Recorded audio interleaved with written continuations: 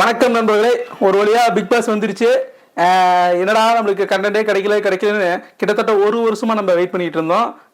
போன பிக் பாஸுக்கு 2 வீடியோ போட்டேன். அதோட சரி சேனல் ஊத்தி முழுகி அப்படியே உட்கார வச்சாச்சு. இவனுக்கு ஒரு சீட் எடுத்து பாருங்க ஐயா, வெறும் பொய்யா சொல்லிக்கிட்டு தெரியலாம். இவருக்கெல்லாம் சீட் எடுத்து பார்க்க வேண்டிய அவசியம் இல்ல, முகரையை பார்த்தாலே சொல்லிடுவேன். போன பிக் பாஸும் இதே ரெசல்யூஷனோட நான் வீடியோ கண்டினியூஸா போடணும். 120 110 103 எல்லா நாளும் வீடியோ போட்டு ஆகணும்னு ஒரு பயங்கரமான ஒரு மோட்டிவேஷன் எனக்கு நானே பண்ணி எல்லாம் போடலான்னு ஒரு வீடியோ 2 வீடியோ போட ஆரம்பிச்சேன். என்னுடைய துரதிர்ஷ்டம் வந்த கண்டஸ்டன்ஸ் யாருமே எனக்கு பிடிக்கல. ஒரு கண்டென்ட்டும் இல்லை, அதில் ஒரு சுவாரஸ்யமும் இல்லை. எதுக்குடா இதெல்லாம் போட்டுக்கிட்டுன்னு சொல்லிட்டு அப்படியே போயிட்டேன். இப்போ மறுபடியும் பிக் பாஸ் விஜய் சேதுபதி ப்ரோமோலாம் வரப்ப ரைட்ரா இந்த தடவை என்னன்னாலும் சரி நம்ம போட்டு தள்ளிடணும், வீடியோவை போட்டு தள்ளிடணும்னு பார்த்தேன். சரின்ட்டு ஒரு மோட்டிவேஷன் செல்ஃப் மோட்டிவேஷன்லாம் பண்ணிட்டு வந்தப்ப பார்த்தா கண்டஸ்டன்ஸை பார்த்துட்டு என்னடி இது ரொம்ப கடுப்பாயிட்டேன். பிக் பாஸ் ஏன் அப்படி பண்றது தெரியல. ரொம்ப சீப் பப்ளிசிட்டி பண்றவங்க எல்லாத்தையும் தூக்கி மேக்சிமம் தூக்கி உள்ள போட்டிருக்காங்க. சோசியல் மீடியாவில் 2-3 பேரை பார்த்துருக்கேன். இந்த டாக்டர் திவாகர் அப்புறமேட்டு என்ன அந்த அரோரா சிங்க்ளேர் அவரை என்ன டேலண்ட் அடிப்படையில் தூக்கி உள்ள போட்டாங்கன்னு தெரியல. எனக்கு என்னமோ ஒரு டவுட் இருக்கு. பிக் பாஸ் டீம்ல கிட்டத்தட்ட 100 பேருக்கு மேல வேலை செய்யறேன்னு சொல்றாங்க. அதுல பாதி பேருக்கு மேல அரோரா சிங்க்ளேரோட இன்ஸ்டா ஐடிய மாச சந்தா கட்டி பார்த்துட்டு இருக்கவனு நினைக்கிறேன். அதான் தூக்கி உள்ள போட்டு வச்சிருக்கானுங்க. என்ன பண்ண போகுதுன்னு தெரியல.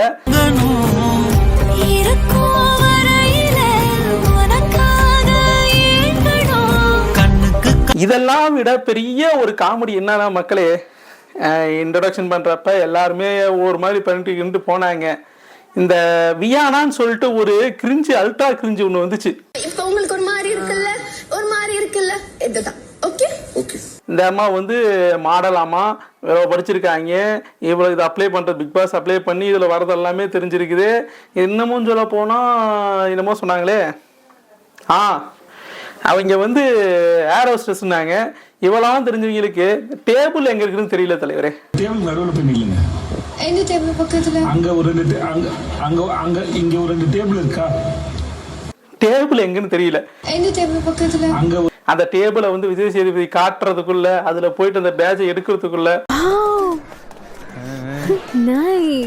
அதுலயும் தன்னைத்தானே இந்த என்ன படம்டாது ஜெயம் ரவி படத்துல ஒரு ஹாசினி கேரக்டர் இருமே, ஜெனிலியா நினைச்சிச்சா என்னன்னு தெரியல.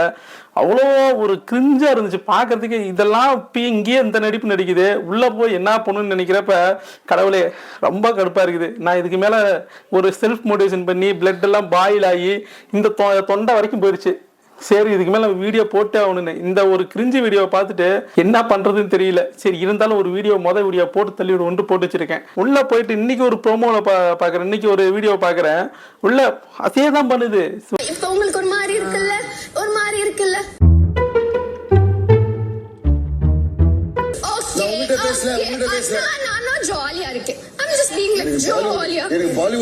இன்னைக்கு இல்ல நாளைக்கு பாருங்க வியானா ஆர்மின்னு சொல்லிட்டு ஒருத்தர் ஆரம்பிச்சு இதெல்லாம் கியூட்னஸ்ன்னு போட்டு நம்மளே நம்ப வச்சு அடடா வியானா கியூட்னஸா பண்றாங்கப்பா அப்படின்னு நம்மளே பாக்குற அளவுக்கு நம்மளை மாடிஃபை பண்ணிடுவானுங்க.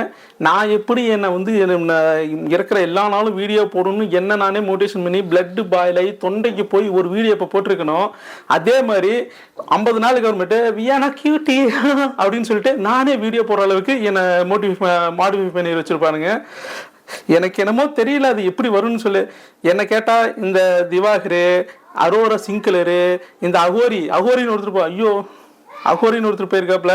அந்த ஆளை பத்தி பேசுறதுக்கே பயமா இருக்குது. ஆல்ரெடி பார்த்துருக்க ஒரு கோமணத்தை கட்டிட்டு நிறைய இதெல்லாம் இப்ப சூனியெல்லாம் வச்சுட்டு இருப்பாப்புல. நம்மளும் அந்த மாதிரி வச்சுட்டு வரோம்னு பயமா இருக்குது. இவர் எப்படிதான் நம்ம விமர்சனம் பண்றதுன்னே தெரியலையே. இந்த கண்டஸ்டன்ஸ் யாருமே அந்த அளவுக்கு சுவாரஸ்யமா இருக்கிற மாதிரி எனக்கு ஒன்றும் தெரியல. மேக்சிமம் இந்த சோசியல் மீடியா பாப்புலர் ஆனவங்க எல்லாத்தையுமே உள்ள தூக்கி போட்டிருக்கிறாங்க. இது எந்த அளவுக்கு ஒர்க் அவுட் ஆகும்னு எனக்கு தெரியல. அதுவும் பெரிய கண்டஸ்டன்ஸ் யாருமே அந்த அளவுக்கு நம்ம ரசிக்கும்படியான ஆட்கள் யாருமே அதிகம் இல்லவே இல்லை. எல்லாமே இவனுங்க சௌரியத்துக்கே தூக்கி உள்ள போட்டிருக்கானுங்க. இந்த சோசியல் மீடியா இன்ஃப்ளூயன்சர்ஸு ப்ளஸ் இந்த இதில் ஒரு சீரியல் ஆர்டிஸ்ட்டு இவங்க எல்லாத்தையுமே தூக்கி போட்டிருக்கானுங்க. அங்கங்கே 2 சின்ன மாடல்ஸ்லாம் தூக்கி போட்டிருக்கானுங்க. போட்டே அவனுங்கிற கட்டாயத்தில் ஒரு திருநங்கை அவர்களை போட்டிருக்காங்க. ஆட்டம் நினைச்சிட்டாரு நான் வந்து மக்களின் அபிமானி அப்படிங்கிற மாதிரி. இந்த ஆளை யார் நம்ப வச்சாங்கன்னு தெரியல மக்களே. இவன் மனசு மைண்டுக்குள்ள போயிட்டு நீ தான் டாக்டர் நீ தான் டாக்டர்னு சொல்ற மாதிரி இவர் மைண்டுக்குள்ள போயிட்டு நீ தான் டாக்டர் நீ தான் டாக்டர்னு சொல்லி நம்ப வச்சிருக்காங்க. மனசு அதை விட்டே கொடுக்க மாட்டேங்கிறப்பல எவ்வளவுதான் நீங்க அடிச்சாலும் சரி அவர் அதோட பாயிண்ட்ல இருந்து நவர மாட்டேங்கிறாரு.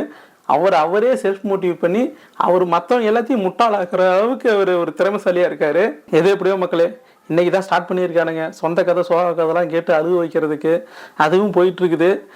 இன்னைக்கு நைட்டு என்ன எதுன்ட்டு ஃபுல்லாக ஒரு இந்த 1 hour வீடியோ இது வரைக்கும் பார்த்தது. இந்த 1 hour வீடியோ எல்லாத்தையும் பார்த்துட்டு மறுபடியும் உங்களை நாளைக்கு சந்திக்கிறேன். இந்த 100 நாள் கண்டினியூஸாக வீடியோ போட்டே அவனுங்கிற ஒரு கட்டாயம்னு சொல்ல முடியாது, ஒரு வெறியில் இருக்கேன். முடிஞ்ச வரைக்கும் நான் உங்களுக்கு எப்படி அதை ஃபன்னாக கன்வே பண்ண முடியுமோ அது மாதிரி கன்வே பண்ணுறேன். முடிஞ்ச வரைக்கும் நீங்களும் என்ன சப்போர்ட் பண்ணுங்கள். நன்றி, வணக்கம்.